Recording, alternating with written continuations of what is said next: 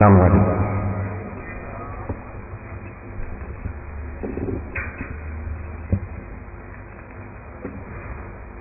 أعوذ بالله من الشيطان الرجيم. بسم الله الرحمن الرحيم. الحمد لله رب العالمين، نحمده ونستعينه ونؤمن به ونتوكل عليه، ونعوذ بالله من شرور أنفسنا ومن سيئات أعمالنا. من يهده الله فلا مضل له، ومن يضلل فلا هادي له. نشهد أن لا إله إلا الله وحده لا شريك له، ونشهد أن محمدا عبده ورسوله، أرسله بالهدى ودين الحق ليظهره على الدين كله ولو كره المشركون. اللهم صل وسلم وبارك على رسولك وحبيبك سيدنا محمد وعلى آل وأصحاب سيدنا ومولانا محمد وعلى جميع الأنبياء والمرسلين والآل والصحابة أجمعين. أما بعد، فقد قال الله تعالى في القرآن العظيم: أعوذ بالله من الشيطان الرجيم. يا أيها الذين آمنوا إن كثيرا من الأحبار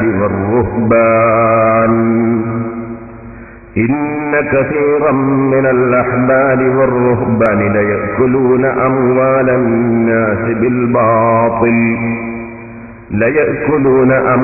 الناس بالباطل ويصدون عن سبيل الله. والذين يكنزون الذهب والفضة ولا ينفقونها في سبيل الله فبشرهم بعذاب أليم. صدق الله العلي العظيم. صدق وبلغ رسوله النبي الكريم، ونحن على ذلك من الشاهدين الشاكرين، والحمد لله رب العالمين. وكل نفس أوهمت تشبيها أوله أو فضل ورم تنزيها. يا رب صل على من حل بالحرم طه الرسول الذي قد خص بالكرم.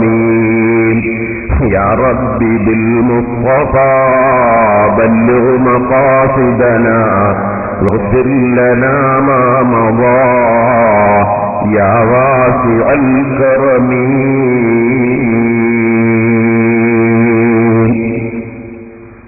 ബഹുമാനികളെ, അല്ലാഹുവിന്റെ മഹത്തായ അനുഗ്രഹം കൊണ്ട് നാദാപുരത്ത് ഈ വർഷം നടക്കുന്ന നമ്മുടെ മൂന്നാമത്തെ ഖണ്ഡന പ്രസംഗമാണ് ഇത്. ഇൻഷാ അല്ലാഹ് അഹ്ലുസുന്നത്തി വൽ ജമാഅത്തിന്റെ ആശയങ്ങൾ സ്ഥിരപ്പെടുത്താൻ വേണ്ടി ആവശ്യം വന്നാൽ മരിക്കുന്നതുവരെ ഖണ്ഡന പ്രസംഗം നടത്തും. ഈ കാര്യം ആദ്യമായി സൂചിപ്പിച്ചുകൊണ്ട് ഞാൻ വിഷയത്തിലേക്ക് കടക്കും. അല്ലാഹുവിന്റെ ദീൻ അഷ്റഫുൽ ഖൽഖ് സല്ലല്ലാഹു അലൈഹി വസല്ലം പരിപൂർണമായി ലോകത്ത് അവതരിപ്പിച്ചു, പഠിപ്പിച്ചു. ആ പഠിപ്പിച്ച ദീൻ അവിടുത്തെ ശിഷ്യന്മാരായ സഹാബികൾക്കാണ് ജീവിതത്തിലൂടെയും നിർദ്ദേശങ്ങളിലൂടെയും അംഗീകാരങ്ങളിലൂടെയും പ്രവർത്തനങ്ങളിലൂടെയും എല്ലാം കാണിച്ച് ബോധ്യപ്പെടുത്തി കൊടുത്തിട്ടുള്ളത്.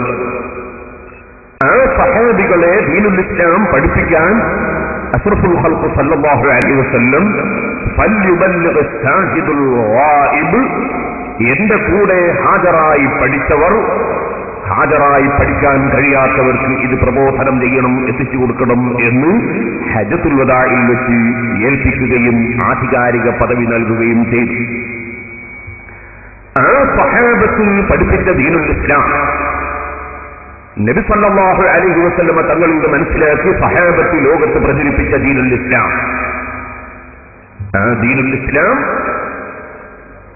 മഹാന്മാരായ പണ്ഡിതന്മാർ അതിന്റെ പ്രമാണമായ പരിശുദ്ധ ഖുർആനും നബി സല്ലല്ലാഹു അലൈഹി വസല്ലമ തങ്ങളുടെ ഹദീസുകളും സുന്നത്തുകളും മഹാന്മാരായ സഹാബത്തിന്റെയും ആദ്യകാല നൂറ്റാണ്ടിലുള്ള പണ്ഡിതന്മാരുടെ ഏകോപനങ്ങളെയും അതുപോലെ ഇസ്ലാം തന്നെ ഖുർആൻ തന്നെ അംഗീകരിച്ചിട്ടുള്ള ഖിയാസ് എന്ന് പറയുന്ന വ്യക്തമായി പറഞ്ഞതിനോട് വ്യക്തമായി പറയാത്തതിനെ തുലനം ചെയ്ത് നിമിത്തം മുഖേന മതത്തിന്റെ നിയമം കണ്ടെത്തുന്ന ഖിയാസ്, ഈ ഖിയാസ് എന്ന ഈ തെളിവ് മുഖേനയും മഹാന്മാരായ പണ്ഡിതന്മാർ മനസ്സിലാക്കി ലോകത്ത് ധാരാളം ഗ്രന്ഥങ്ങൾ രചിച്ച് രേഖപ്പെടുത്തുകയും ശിഷ്യന്മാര് മുഖേന ഖിയാമത്ത് നാൾ വരെ നിലനിൽക്കുന്ന നിലക്ക് അവർ അതിന്റെ നിയമവ്യവസ്ഥകൾ പഠിപ്പിക്കുകയും മനസ്സിലാക്കി കൊടുക്കുകയും ബോധ്യപ്പെടുത്തുകയും ചെയ്തു.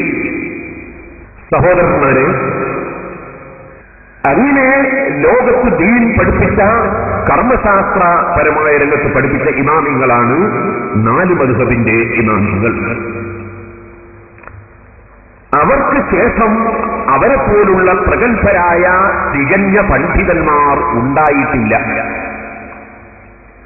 അതുകൊണ്ട് തന്നെ മുസ്ലിം ലോകത്തുള്ള മുഴുവൻ പ്രഗത്ഭരായ പണ്ഡിതരും ഈ 4 മദ്ഹബിന്റെ ഇമാമിങ്ങൾ പഠിപ്പിച്ച കർമ്മശാസ്ത്രങ്ങൾ അവലംബിച്ചുകൊണ്ട് പരിശുദ്ധ ദീനുൽ ഇസ്ലാം മനസ്സിലാക്കുകയും ഉൾക്കൊള്ളുകയും പ്രചരിപ്പിക്കുകയും നടപ്പാക്കുകയും ചെയ്തു.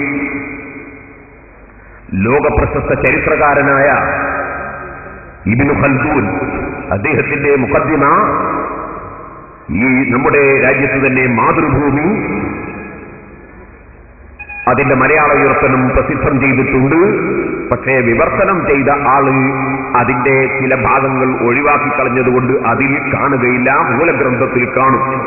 ഞാൻ മുമ്പൊരിക്കൽ പറഞ്ഞിട്ടുണ്ട്, പരിഭാഷക്കാരെ വിശ്വസിക്കാൻ പറ്റില്ല. ഏതായിരുന്നാലും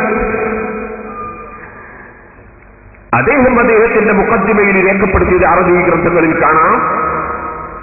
ومدعي الاجتهاد لهذا العهد مردود على عقده مهجور تقليده وقد صار أهل الإسلام اليوم على تقليد هؤلاء الأئمة الأربعة. മുസ്ലിമീങ്ങൾ മുഴുവനും 4 മദ്ഹബിന്റെ ഇമാമിങ്ങളെ സ്വീകരിക്കുക എന്നതിൽ യോജിച്ചിരിക്കുന്നു. അതിൽ മുസ്ലിങ്ങൾക്ക് തർക്കം ഇല്ല.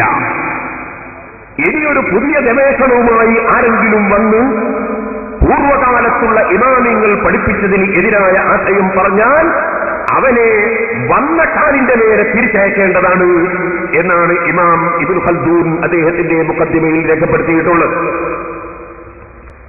അങ്ങനെ ലോകത്ത് ചരിത്രകാരന്മാർക്ക് തർക്കമില്ലാതെ 4 മദ്ഹബുകൾ അംഗീകരിച്ചുകൊണ്ട് മുസ്ലിം ലോകം ജീവിച്ചു വന്നു.